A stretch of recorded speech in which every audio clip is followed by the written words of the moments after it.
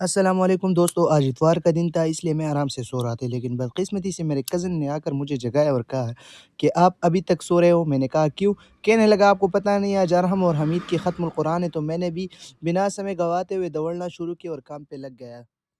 ادھر اس صاحب کو دیکھو، پتیلا مجھے دیا اور خود ایک تیلا اٹھا کر مجھے کہہ رہا ہے کہ جلدی آؤ جلدی آؤ، لیکن میں نے بھی اسے صاف صاف بول دیا کہ اگر جلدی جانا ہے تو جاؤ، میں تو اپنے ہی رفتار سے آؤں گا، باقی آپ کی مرضی۔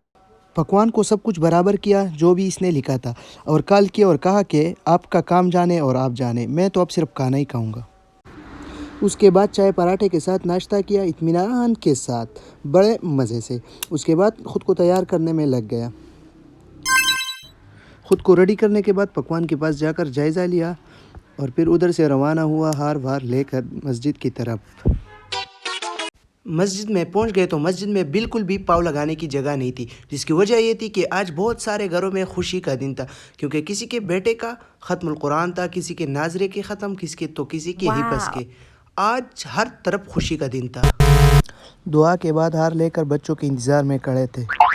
اتنے میں حمید لوگوں کے ہجوم سے نکل پڑا۔ میں نے حمید کو ہار پہنائی، سلام دعا کی اور مبارکباد پیش کی۔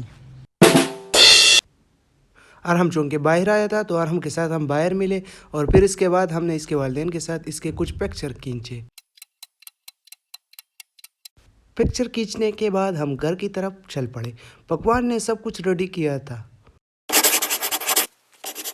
شروع قارئین سے ہوئے اور اس کے بعد ہم نے سارے مہمانوں کو کھانا کھلایا۔